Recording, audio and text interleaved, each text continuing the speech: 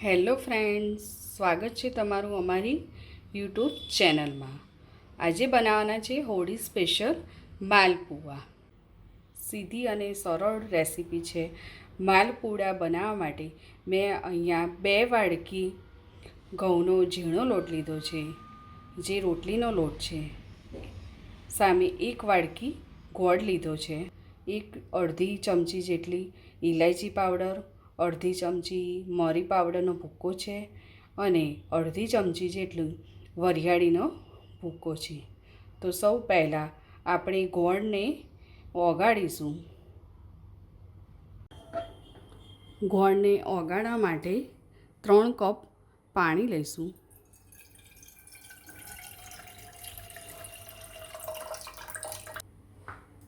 પાણી થોડું ઉકળે પછી આપણે ગોળને અંદર ઉમેરીશું.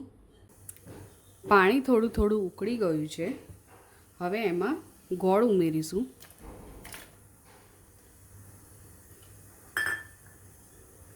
ગોળને ફક્ત ઓગાળવાનું જ છે, એની ચાસણી બનાવવાની નથી.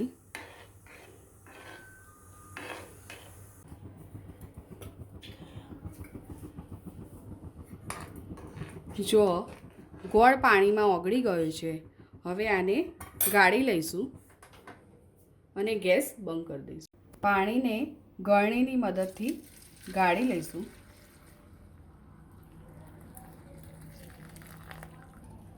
હવે પાણીને ઠંડુ થવા દઈશું, પછી માલપુઆનો લોટ તૈયાર. ગોળનું પાણી ઠંડુ થઈ ગયું છે. હવે માલપુઆ માટે બેટર બનાવીશું.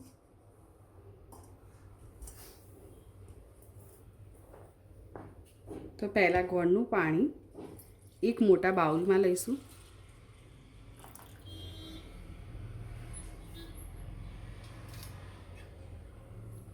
ધીમે ધીમે લોટ ઉમેરતા જઈશું.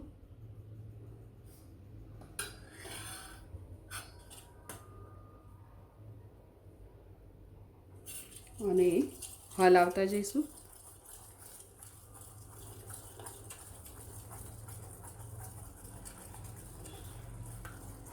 ગાંઠો ના પડે એ રીતે બેટર રેડી કરવાનું છે.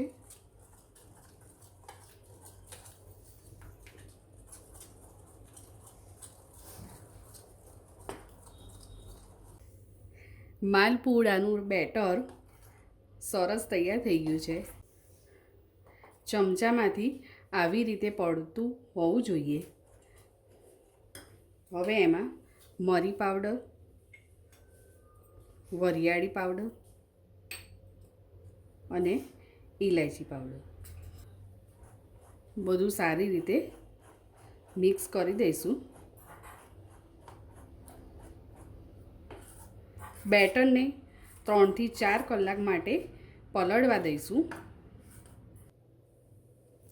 3 થી 4 કલાક થઈ ગયા છે. બેટર સરસ રીતે પલળી ગયું છે. લાગે કે ખીરું આપણું વધારે ઠીક છે તો તમે પાણીની મદદથી થોડું ઢીલું કરી શકો છો. માલપુઆ બનાવવા માટે જો તમારી પાસે ચાચર હોય તો ચાચરમાં બનાવી શકો છો, નહીંતર તમે નોનસ્ટિક પેનનો પણ ઉપયોગ કરી શકો છો. નોનસ્ટિક પેન આવી રીતે પહોળી તળિયાવાળી હોવી જોઈએ. માલપુઆ બનાવવા માટે તેલ કાં તો ઘીનો પણ ઉપયોગ કરી શકો છો. તમે પુલ્લાની જેમ ઓછા તેલ કે ઘી સાથે બનાવવા માગતા હો તો રોટલીની તવીમાં પણ બનાવી શકાય છે. હવે તેલને ગરમ કરવા મૂક્યું છે, તો તેલને મીડિયમ ટુ લો ફ્લેમ ઉપર જ રાખવાનું છે.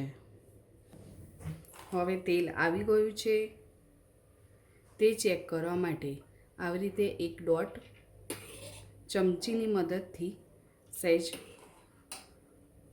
બેટર એડ કરીશું. હવે બેટર ધીમે ધીમે ઉપર આવી જાય એટલે આપણું તેલ ગરમ થઈ ગયું છે. ચમચાની મદદથી ધીમે ધીમે વચ્ચે આવી બેટર ઉમેરતા રહીશું.